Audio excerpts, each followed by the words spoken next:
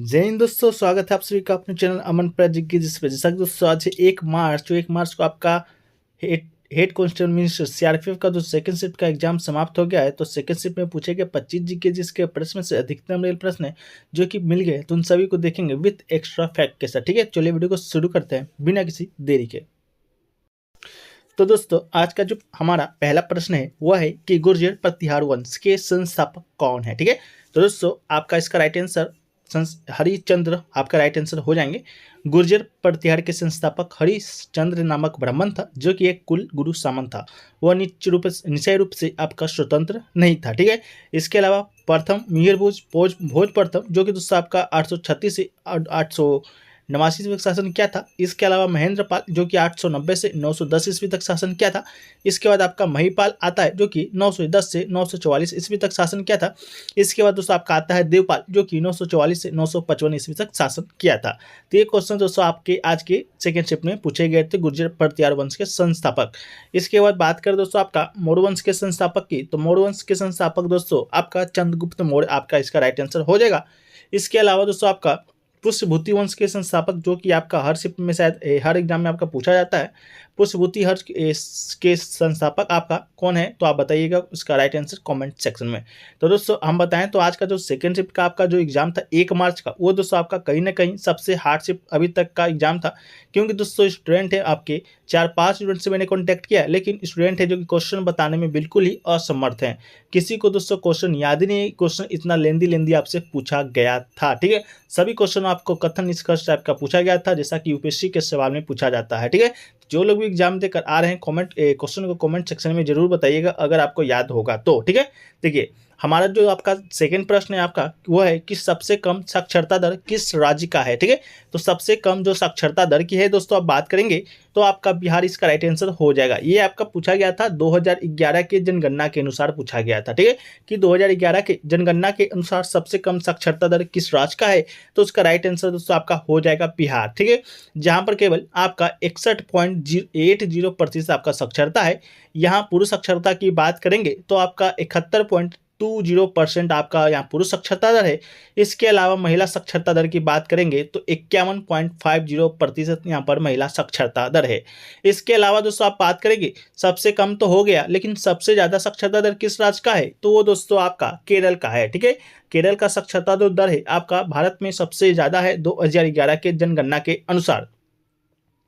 इसके बाद दोस्तों बात करेंगे कि भारत में आपका कुल कितना साक्षरता दर है प्रतिशत में, तो भारत का दोस्तों आपका 74.04% दोस्तों आपका भारत का साक्षरता दर है। ठीक है, इसके अलावा दोस्तों 2011 के जब जनगणना से बनने वाले जो प्रश्न है उसका जो वीडियो है हमने दोस्तों चैनल के माध्यम से आपको उपलब्ध कराया है। तो जो लोग भी नहीं देखे हैं चैनल पर एक बार विजिट करके जरूर देख लीजिएगा, क्योंकि उससे से दोस्तों आपका जितने भी जनगणना से प्रश्न बन रहे हैं आपके उसी में से देखने को मिल रहे हैं। ठीक है, चलिए अगला जो प्रश्न आपसे पूछा गया दोस्तों वो पूछा गया कि ओलंपिक विजेता जो नीरज चोपड़ा थे वो आपका किस खेल से संबंधित है। तो ओलंपिक विजेता की बात करेंगे दोस्तों आपका नीरज चोपड़ा का, तो ये दोस्तों आपका भाला फेंक इसका राइट आंसर हो जाएगा। ठीक है, आपका बात कर लेते हैं नीरज चोपड़ा का, तो दोस्तों आपका ओलंपिक जो हुआ था 2020 का, जो दोस्तों आपका खेला गया था 2021 में, कि इस ओलंपिक को टोक्यो ओलंपिक के नाम से जाना जाता है, उसमें दोस्तों जो नीरज चोपड़ा थे आपका भाला फेंक स्पर्धा में आपका भारत को पहला गोल्ड मेडल जिताया था। ठीक है, तो भारत ने ओलंपिक 2020 में आपका एक ही गोल्ड मेडल जीता था जो कि नीरज चोपड़ा के द्वारा जीता गया था। ठीक है, भारत ने उस समय आपका कुल 7 मेडल जीता था जिसमें आपका एक गोल्ड था जो कि नीरज चोपड़ा के द्वारा था।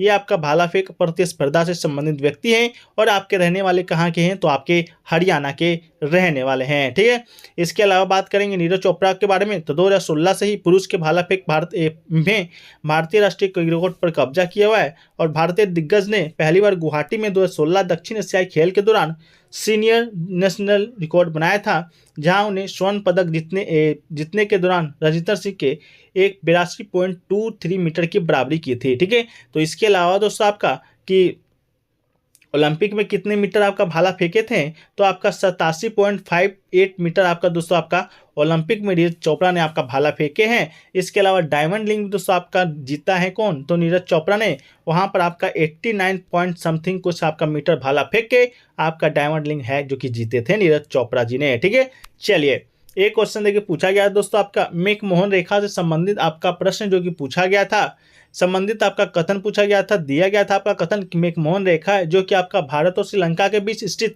आपका एक लाइन है, जो कि दोस्तों आपका ऑप्शन आपका गलत था। मैकमोहन रेखा दोस्तों आपका भारत और तिब्बत के बीच की सीमा रेखा है।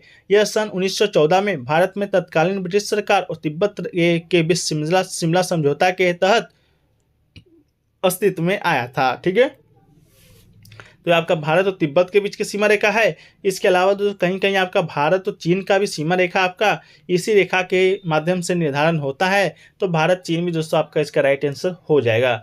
इसके बाद दोस्तों आपका भारत और आपका पाकिस्तान के बीच में एक सीमा रेखा है जो कि दोस्तों आपका रेड क्लिफ लाइन के नाम से जाना जाता है। तो रेड क्लिफ रेखा दोस्तों आपका भारत और पाकिस्तान के बीच सीमा रेखा का निर्धारण करता है। तो आप बताइएगा कमेंट सेक्शन में कि भारत और अफगानिस्तान के बीच सीमा रेखा का निर्धारण कौन से लाइन के द्वारा है जो कि किया जाता है। ठीक है, चलिए अगला जो क्वेश्चन पूछा गया दोस्तों वो पूछा गया कि कर्नाटक संगीत में आपके कितने स्वर होते हैं।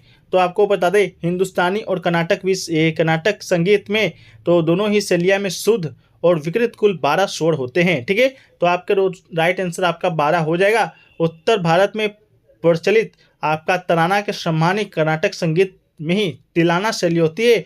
ये भक्ति प्रधान गीतों का गायन शैली है। तो आपका इसका राइट आंसर 12 बिल्कुल हो जाएगा। ठीक है, एक क्वेश्चन देखिए पूछा गया कि 2022 में भारत में गरीबी रेखा का प्रतिशत कितना है।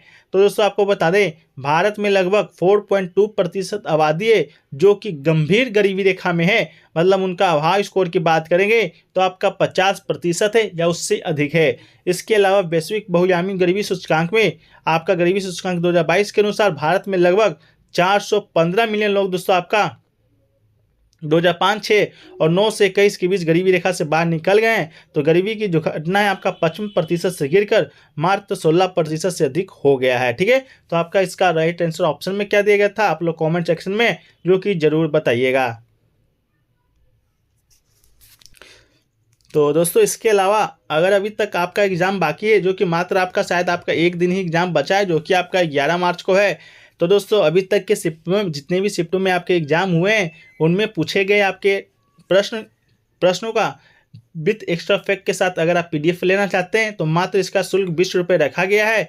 आप इसे बहुत आसानी से प्राप्त कर सकते हैं। व्हाट्सअप नंबर दोस्तों आपको सामने दिख रहा होगा 9973741666 पर आपको संपर्क कर लेना है, जिसमें आपको GK GS और करंट अफेयर्स के सभी प्रश्न विद एक्स्ट्रा फैक्ट के साथ रहेंगे जितने भी 22 फरवरी से 28 फरवरी तक की शिफ्टों में एग्जाम हुए हैं उन सभी का। ठीक है, तो दोस्तों चलिए वीडियो को यहीं पर समाप्त करते हैं। क्वेश्चन तो ज़्यादा मिल नहीं पाया है तो और भी लोग जो एग्जाम देकर आ रहे हैं आप लोग कमेंट सेक्शन में जरूर बताइएगा क्वेश्चन क्या क्या पूछा गया था।